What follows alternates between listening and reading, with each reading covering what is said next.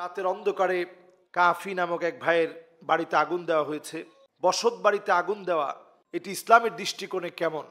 এটি জঘন্য অপরাধ, ইসলামের অপরাধ। ইসলামের দৃষ্টিকোণে জঘন্য অপরাধ মানুষের ঘরবাড়িতে আগুন দেওয়া। নবীজি সাল্লাল্লাহু আলাইহি ওয়াসাল্লাম যখন মক্কা বিজয় করলেন, তিনি পারতেন সেই দিন সব ভেঙে চুরমার করে দিতে, মাটির সঙ্গে মিশিয়ে দিতে তিনি পারতেন। নবী সাল্লাল্লাহু আলাইহি সাল্লাম তা করেননি। কচু কাটা করতে পারতেন, নবীজি তা করেননি। নবীজি পরিষ্কারভাবে ঘোষণা করলেন এবং জানিয়ে দিলেন, লা তাসরিবা আলাইকুমুল ইয়াউম, আজকের দিনে তোমাদের উপরে কোনো প্রতিশোধ নাই। আনতুমুত তুলাকা, সদ্য প্রসূত শিশু বাচ্চা মাত্র মায়ের পেট থেকে দুনিয়ায় আসছে, তার যেমন স্বাধীনতার কোনো অভাব নেই, তার যেমন কোনো দুশ্চিন্তা নাই, সদ্য প্রসূত শিশু বাচ্চার মতো তোমরা নিরাপত্তা লাভ করবে। একটু চিন্তা করেন, আবু সুফিয়ান রাদিয়াল্লাহু তাআলা আনহু ইসলাম গ্রহণের আগে কি পরিমাণ নবীজি সাল্লাল্লাহু আলাইহি সাল্লামের বিরোধিতা করেছে। উনি যখন মক্কা বিজয়ের পরে উনি যখন ইসলাম গ্রহণ করলেন, নবীজি সাল্লাল্লাহু আলাইহি সাল্লাম ডাইরেক্ট ঘোষণা দিলেন, মান আল্লাকা বাবা আবা সুফিয়ান, আবু সুফিয়ানের ঘরের দরজার ভিতরেও যদি কেউ ঝুলে থাকে, ফাহুয়া আমিন, ওই লোকটাও নিরাপদ। চৌকাঠ যদি কেউ ধরে ফেলে আবু সুফিয়ানের ঘরের, ওই লোকটাও নিরাপদ, তার গায়েও একটা আঁচড় দেওয়া যাবে না। সুবহানাল্লাহ বিহামদিহি। কি ইসলাম আমাদেরকে শিখিয়েছে! ইসলাম আমাদেরকে কেমন আচরণ শিখিয়েছে! মক্কা বিজয়ের পরে পরিষ্কার নবীজি বললেন, আনতুমুত তুলাকা, তোমরা স্বাধীন, তোমাদের কোনো দুশ্চিন্তা করতে হবে না, পরাধীনতার কোনো ভয় তোমাদের নাই।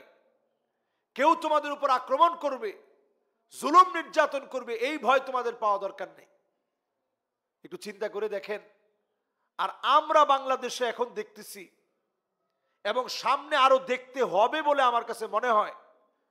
নবীজি আমাদেরকে বলছেন, বিজয় পরবর্তী সময়ে 6টি বিষয় সজাগ থাকা লাগবে। আমি মিডিয়ার সামনে পরিষ্কার করে বলি, 5ই আগস্টের বিজয় স্থায়ী বিজয় হবে না যদি এই 6টা বিষয় আপনারা চিন্তা না করেন। বড় বড় অশ্বডিম্ব আমাদেরকে পেতে হবে। এর মধ্যে 1 নম্বরে নবীজি বলেছেন, ইমারাতুস সুফাহা, নির্বোধ কোন ব্যক্তি সে যেন কোনোভাবে ক্ষমতায় আসতে না পারে। নির্বোধ কোন ব্যক্তিকে ক্ষমতার মসনদে বসতে দেওয়া যাবে না। নবীজি সতর্ক করছেন, বিজয়ের পরে এটা আমাদের দায়িত্ব। 2 নম্বরে নবীজি বলছেন, কাসরাতুশ শারত। এখন যদি আপনি নতুন করে বলেন যে আলেমরা মৌলবাদী, উমুকে মৌলবাদী, মৌলবাদীরা কিছু করতে পারবে না, এটাকে আরবিতে বলে কাসরাতুশ শারত। নতুন নতুন শর্ত জুড়ে দিয়ে মুসলমানদের অধিকারকে নষ্ট করা, এই কাজ যদি কেউ করে তাহলে বিজয় টিকবে না, বিজয় ধ্বংস হয়ে যাবে। 3 নম্বরে নবী আলাইহিস সালাতু ওয়াস সালাম বলেন, বিয়াউল হুকম, টাকার বিনিময়ে বিচার বিক্রি হবে।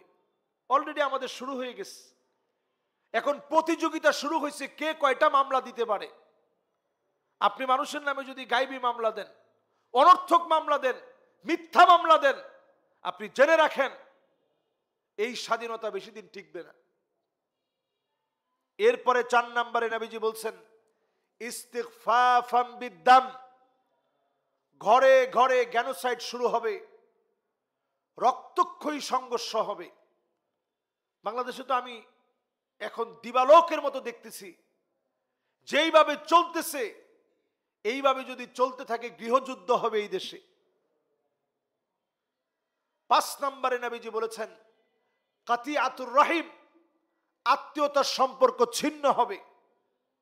রাতের অন্ধকারে একজন কাফি নামক একজন মানুষের বাড়ি আপনি কেন পুরাবেন?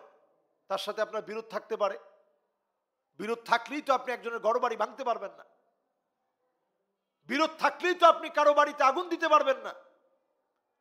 স্বৈরাচারের দোসর হয়ে যদি আপনি আগুন জ্বালান, আপনি পরিষ্কারভাবে জেনে রাখেন বড় ধরনের গ্যানোসাইড আমাদের দেশে হবে। এই যে টুকটাক বিচ্ছিন্ন ঘটনা, কোথাও একজন মেরে ফেলা, দুইজন মেরে ফেলা, তিনজন মেরে ফেলা, এগুলো ভয়াবহ পরিস্থিতির দিকে নিয়ে যাবে। এরপরে নবীজি সাল্লাল্লাহু আলাইহি সাল্লাম ৬ষ্ঠ নম্বরে বলছেন কাতিয়াতুর রহিম মানে আত্মীয়তার সম্পর্ক ছিন্নের পর ৬ নম্বরে নবীজি বলছেন এমন অবস্থা হবে তোমরা দেখবে আকাল্লুহুম ফিকহান, যাদের বুঝ নাই, জ্ঞান নাই, এই লোকদেরকে দায়িত্ব দেওয়া হবে। সব জায়গায় জ্ঞানহীন লোকদেরকে বসানো হবে। এখন আপনি ক্ষমতার জোরে যদি জ্ঞানহীন লোকদেরকে জায়গা করে দেন, মূর্খ লোকদেরকে যদি স্থান করে দেন, যেই কোটার জন্য মানুষ আন্দোলন করলো, ২০০০ মানুষ প্রাণ দিল, সেখানে যদি জ্ঞানহীনদেরকে আপনি দায়িত্ব দেন কোথাও, তাহলে স্ববিরোধী কাজ করা হলো। আল্লাহর আদালতের জন্য জবাবদিহিতার সম্মুখীন হতে হবে। দেশটা একটা ক্রাইসিস মোমেন্ট পার করতেছে। এই সময় আমি বলবো প্রত্যেকের সতর্ক হওয়া উচিত। আল্লাহ রাব্বুল আলামিন আমাদের প্রত্যেককে হেফাজত করুক, সকল রকমের মুসিবা থেকে আল্লাহ তাআলা আমাদেরকে হেফাজত করুক। আল্লাহর কাছে আমরা পানাহ চাই, আল্লাহ তাআলা যেন আমাদেরকে সকল রকমের বিপদ আপদ থেকে হেফাজত করে। কাফির বাড়ি যে পুড়িয়েছে, আমরা এটার চরম বিরোধিতা করতেছি। এই সময় অন্তত আমরা এই ধরনের বৈষম্য আশা করি না। দেশের পরিবেশ ঠিক রাখবেন এবং সূক্ষ্ম থেকে সূক্ষ্ম তদন্তের মাধ্যমে অপরাধীদেরকে চিহ্নিত করে তাদেরকে আইনের আওতায় আনতে হবে। আসসালামু আলাইকুম ওয়া রাহমাতুল্লাহি ওয়া বারাকাতুহু।